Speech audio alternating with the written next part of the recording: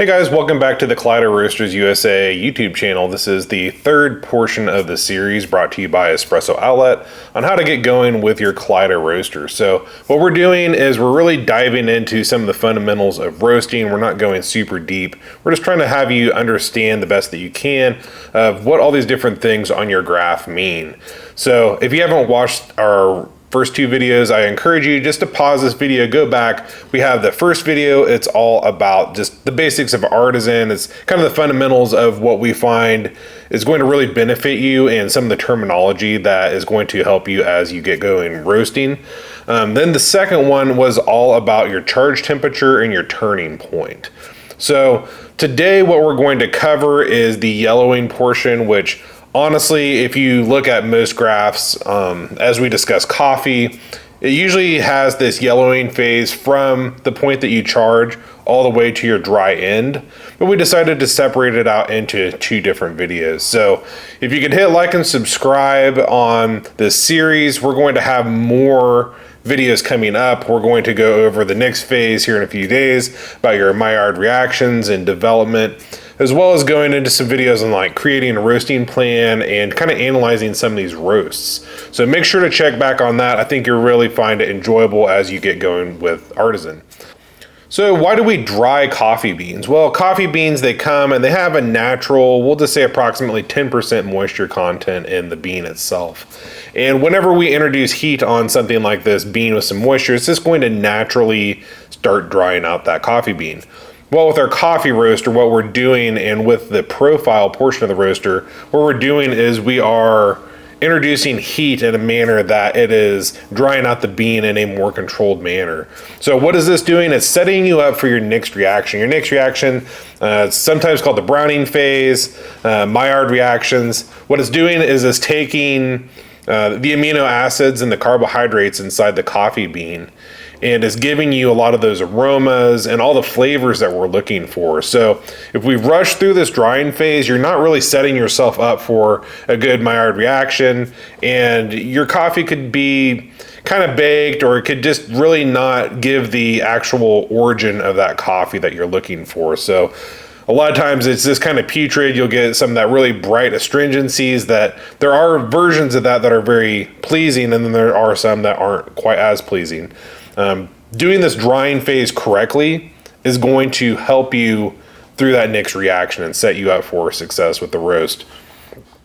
So also during this drying phase, we can see after we reach this turning point, how quickly are our beans beginning to turn yellow.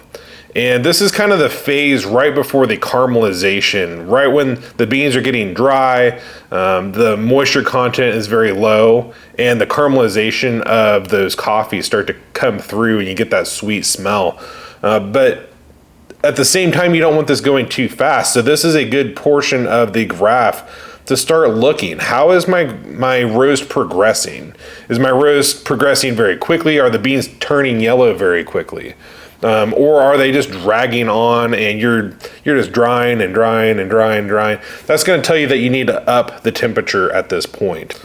So we haven't really talked about rate of rise or ROR, or in the case of artisan, it's delta BT. But for the rate of rise, I'm typically looking between 18 and 25 through this drying region. And it's going to be quite a bit higher in the beginning because you're introducing so much heat into those beans very quickly. But that's not to say that 30 is incorrect. That's not to say that 20 is incorrect. It really depends on, number one, your roaster, your beans, the density of your beans, and even the way artisan is taking samples. So just from a traditional standpoint, before we had true profile roasters, they would use stopwatches, and they were looking at rate of rise per minute. So they would look after 1 minute, where is my temperature? After 2 minutes, where is my temperature? And they'd know their starting temperature and where they were at now, and that would give them their rate of rise.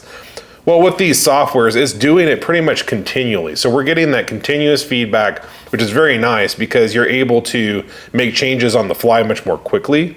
So you could even have your rate of rise settings set up differently. So you might see people say, this is the gospel, this is the only rate of rise, and that's not necessarily true. So just understand the way that your software is set up and just understand how your beans are responding to that.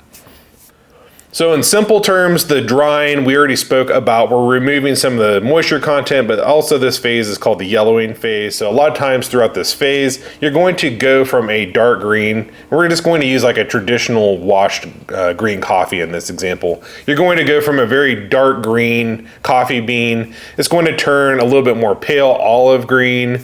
Eventually it almost turns like a white color because you're going from the green to the yellow phase of drying your coffee.